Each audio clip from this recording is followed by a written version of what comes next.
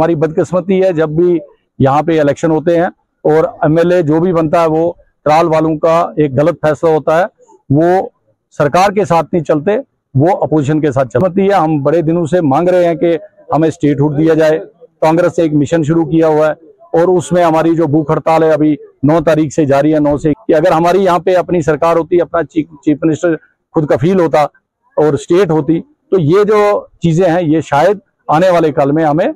ना होती। और government of India, prime minister of India और अमित शाह जी को भी यही अपील करूंगा कि जल्द से जल्द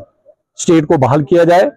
जो अनकॉन्स्टिट्यूशनली उन्होंने स्टेट को तोड़फोड़ किया, 19 के बाद 2 यूटीज बनाई और ये फिर वैसी की वैसी स्टेट बने और इस स्टेट में जिस तरह हम लोग रहते थे, जो खुद कफील चीफ मिनिस्टर जिस तरह हमारे होते थे, चीफ मिनिस्टर रहे और लोगों के मसले मसाइल जो वो हल हो। देखिए, इन लोगों ने रिसेंटली मेरे ये जो गांव है, इनके जितने भी बड़े बड़े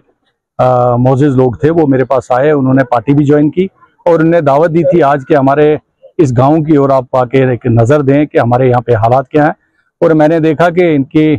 सड़क नहीं है, यहाँ पे बहुत सारी मुश्किलात हैं इनकी। जब जो सड़क तो मैं खुद वहाँ से पैदल चल के आया और उसके लिए, इस गाँव के लिए और बिलखसूस जितना भी इलाका गुजरात लालपुरा से ऊपर जितने भी गाँव हैं उन सब का हमको ख्याल रखना है, सरकार को जगाना है। जो जो कमियां यहाँ पे है उन कमियों को दूर करना है, चाहे वो सड़क है, चाहे बिजली है, चाहे पानी है, चाहे अस्पताल है, चाहे स्कूल है, कोई भी सेक्टर जो है जहाँ जहाँ कमजोरी है वहाँ उसको दुरुस्त करने की कोशिश करेंगे। और मैं इन सब का भी शुक्रगुजार हूँ कि इन्होंने एक मौका दिया मुझे यहाँ आने का और मैंने इस इलाके के जो हालात हैं उनकी मैंने साम ली। और आप मीडिया वाले जब भी आते हो, आपने हमेशा कोशिश की कि इस त्राल को हम रोशनाज करें लोगों के बीच में जाके, और आप भी मसले मसाइल जो है वो लोगों के उजागर करते हो, आपका भी बहुत बहुत शुक्रिया। रहा ताल्लुक जो त्राल इलाका जो है, मैं बात करूंगा कि त्राल इलाके के अंदर बहुत सारी कमियां हैं। हमारी बदकिस्मती है, जब भी यहाँ पे इलेक्शन होते हैं और एमएलए जो भी बनता है वो त्राल वालों का एक गलत फैसला होता है, वो सरकार के साथ नहीं चलते, वो अपोजिशन के साथ चलते हैं। और ये आज नहीं, आपने देखा पिछले 25-30 साल से ऐसे ही चलता आया। एक एमएलए साहब 10 साल रहे, उनका काम यहाँ अगर उनने किया होता तो ये हालत नहीं होती। फिर दूसरे आए, वो भी 12 साल रहे, उनका किया जो है वो भी बिल्कुल नजर नहीं आ रहा है। उसके बाद फिर एमएलए साहब पिछले रहे, उन्होंने जो यहाँ पे काम किया वो भी नजर नहीं आ रहा है। तो लिहाजा ये मैं कहूँगा 96 जब से गवर्नर रूल हटा था यहाँ से, जब से इलेक्शन यहाँ पे हुए तब से लेकर आज तक, जो बीच में एक पोर्शन हमारा सरकार का आया था, जो हमारी कोलिशन सरकार 2 जगह पे रही, जिसमें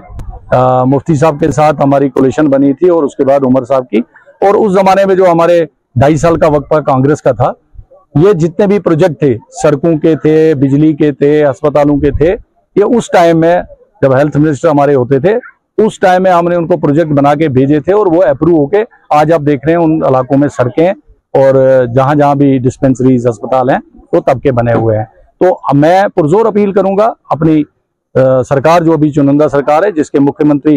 उमर साहब हैं, और एलजी इंतजामिया से, क्योंकि यहाँ बदकिस्मती है, हम बड़े दिनों से मांग रहे हैं कि हमें स्टेटहुड दिया जाए। कांग्रेस ने एक मिशन शुरू किया हुआ है और उसमें हमारी जो भूख हड़ताल है अभी 9 तारीख से जारी है, 9 से 21 तक हमने भूख हड़ताल पे भी बैठना है। और हम इनको जगाने की कोशिश कर रहे हैं कि अगर हमारी यहाँ पे अपनी सरकार होती, अपना चीफ मिनिस्टर खुद कफील होता